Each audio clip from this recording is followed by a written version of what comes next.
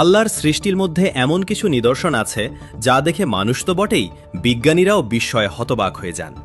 আর সেই বিস্ময়ের তালিকায় এবার যোগ হয়েছে মাত্র ৩০০ গ্রাম ওজনের এক ছোট্ট পাখি, বার টেইলড গডউইট।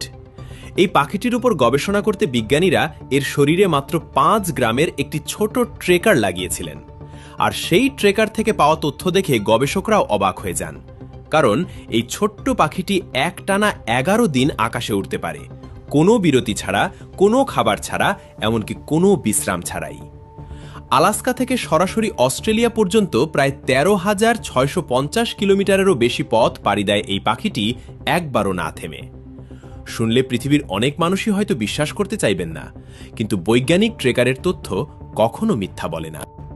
এখন প্রশ্ন হলো, এত ছোট একটি পাখি কিভাবে এত দীর্ঘ পথ বিরতিহীনভাবে উড়ে যায়? এর পেছনেও রয়েছে আল্লাহ তাআলার এক অসাধারণ ব্যবস্থা।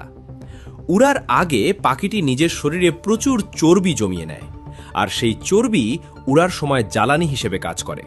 শুধু তাই নয়, শরীরের ওজন কমানোর জন্য পাখিটি নিজের কিছু অঙ্গ প্রত্যঙ্গ সাময়িকভাবে ছোটও করে ফেলে, যাতে উড়ার সময় কম শক্তি খরচ হয়।